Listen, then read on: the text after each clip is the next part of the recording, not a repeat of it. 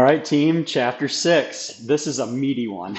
I'll just put it that way. And I hope I don't go an hour on this video, but there's a lot of things in here that just like really struck a chord with me as we're establishing a true culture of empowerment inside of the Dream Center. I love just the 25 things. I love the premise of like why we do a culture of empowerment and how that helps us with burnout and different things like that. But here's a few key things that really stood out to me. So there are few normal weeks. I had read this actually in Steve's other book, which is it's declarations basically, and I can get you the name for it if you're interested. But it's more of a devotional, and what it's saying is like there are few weeks that are going to be just standard for you, that are gonna everything's going to be exactly the same, and you can schedule things, a year out because every week's identical. One trap that I found myself falling into was saying like, I'll do that next week because it's going to be more like I have all these weird things going on this week. And so I'm just going to push it off till next week. Well, next week would come and there'd be more abnormal things. And so part of it was recognizing like, hey, there are not going to be a normal week. Like you can count on the fact that there's going to be things thrown into our weeks that we don't expect, that we didn't want to happen, that um, especially dealing with relationships, right, and discipleship, there's going to be things that are going to come up and that we didn't expect. Even in the business world, like there's shortages now, right? Like there's all kinds of different things going on with supply line and things that maybe people wouldn't have expected a couple of years ago, and all of a sudden now they're running into these things, and it's trying to expect the unexpected. Um, the other thing that he hits right in the beginning too was put things in our paths to bump into. So for me, this looks like literally putting things on my calendar, like in my calendar app, using my calendar app like super like intentionally going through and plugging things out and doing it ahead of time. So like looking towards next week, like maybe on Saturday or Sunday, and I don't do it all the time on Saturday or Sunday, but maybe Friday, I'm looking forward to next week and I'm like charting out a couple things that I know I need to put in there to remember to have pop up in front of my mind because I am not going to remember. We're all leading at such high levels with lots of things going on that if we forget to put it somewhere that we're gonna bump into it. I love his analogy of having the golf club. I've done that so many times I can't tell you that you get to the next hole and somebody's running up to you, hey, did you leave this on the last hole? And it's like, yeah, sorry, thank you. And so putting things in our paths to bump into for, like I said, calendar invites. Like literally, sometimes it's a matter of putting things in my path. You can ask Shelly. Like I will literally, as I'm walking, have to bring something with me that day. I'm going to put it in the entryway, like right in front of where I'm going to have to step over it and able to get past it. And so it reminds me that I need to do that. The other thing that he hits is that an urgent and important scale and where things fall on that. And it says that like the main difference between successful and unsuccessful people is that successful people are finding ways to do the things that are not urgent but important, right? And so it doesn't feel like it's this constant frantic mix trying to, oh shoot, I got to do that. And so now it's urgent and important. And then, or there's maybe those things that are popping into our lives that are not urgent, not important, and they are comfortable. They're things that it's a comfortable thing to do. Like whether it's, oh, I'm going to go out and I'm going to do this one little thing just because, yeah, it feels good. I mean, and there's times for that, definitely when we can do the not urgent, not important, just to, maybe wind down or disconnect for a little bit. But successful people are constantly doing those things that are not urgent, but they are important. And like I said, we're going to have those things as we're getting into this rhythm that are going to be important and urgent that we need to jump on. But if we constantly are living inside of that culture where everything that we do is urgent and important, it's going to start to really burn us out. It's gonna kill us inside. And so make sure you're catching that and checking in on what you're doing. And if you're doing things that are constantly urgent and important, that maybe there's some things that you need to empower others to take and be able to do. And maybe you're being like, one thing it talks about inside of the servant leadership culture too is when Moses, right, he's sitting down day after day and he's judging for people, like telling them about the laws of God and exactly what's going on, and sitting there and he's doing it all, right?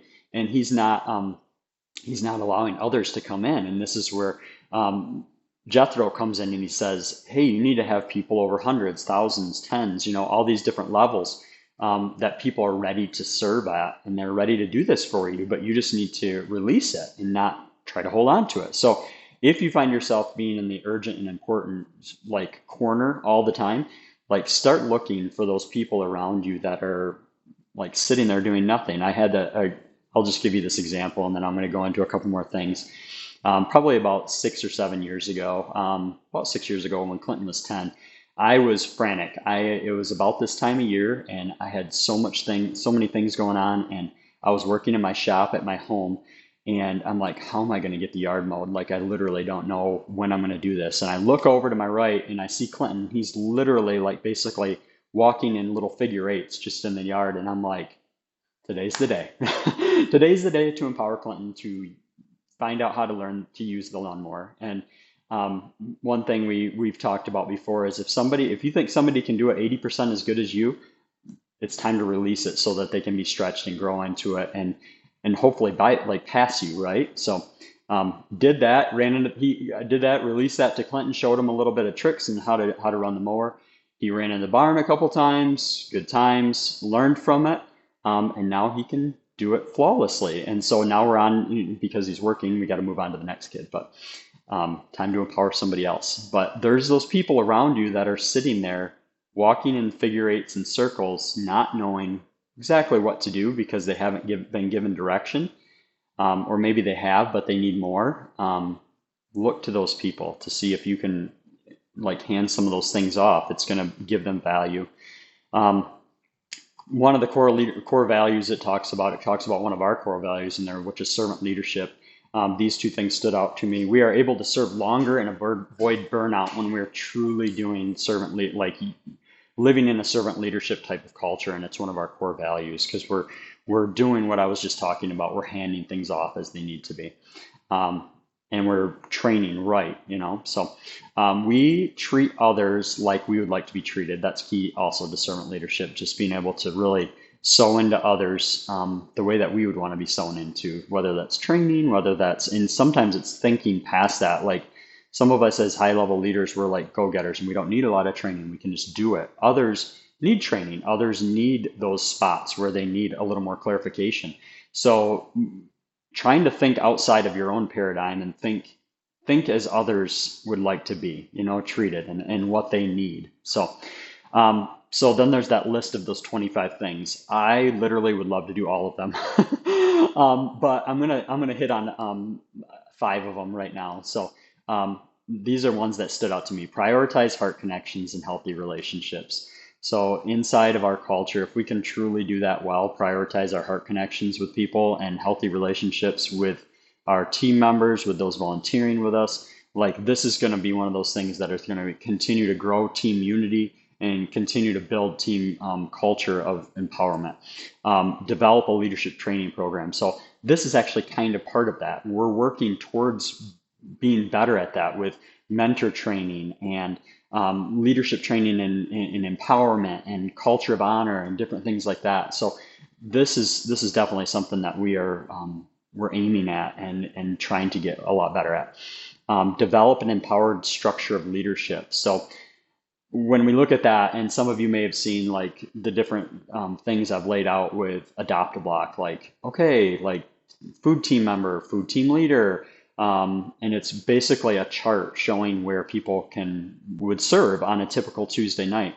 Now, there's places in there that literally right now, like maybe I fill 4 of those spots, but I'm not just going to put myself there once and be like, all these are downlines of me. What I want is to cast vision and show like, these are the different areas that need to be filled. And yes, right now, maybe I'm in some of those different roles, but these are areas where I see potential in future. So when we're looking at those like different things, bigger picture, we need to be thinking bigger than the right now, thinking bigger than where we are currently. We need to be thinking where we see people filling in, where we can see things scaling and getting bigger, and how we can do that by putting people in different places. So that one I love.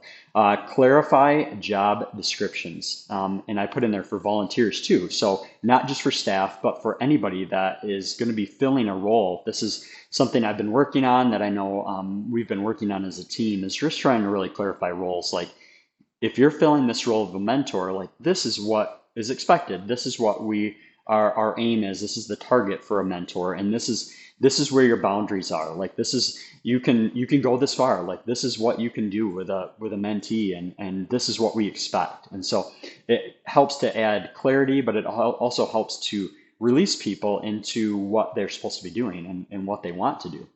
Um, and then the last one I'll hit on quick is just determined to walk in honor. So no matter what we do, we're going to try to walk in honor for everybody that we serve with, serve for, serve alongside of, like just continuing to create that culture of honor. And I know that's going to be one of the next books that we read and go through, but just determining to ourselves that we're going to walk in honor. So Chapter 6, on to Chapter 7 next week. Love you guys. Thank you so much for diving into this book, and I hope you're getting as much out of it. And like I said, it can be a little overwhelming with a lot of those points, but I feel like if we can go back to them and just meditate on certain things like goal setting and growth mindset, it's going to help us to grow. So awesome. Have a great week. See ya.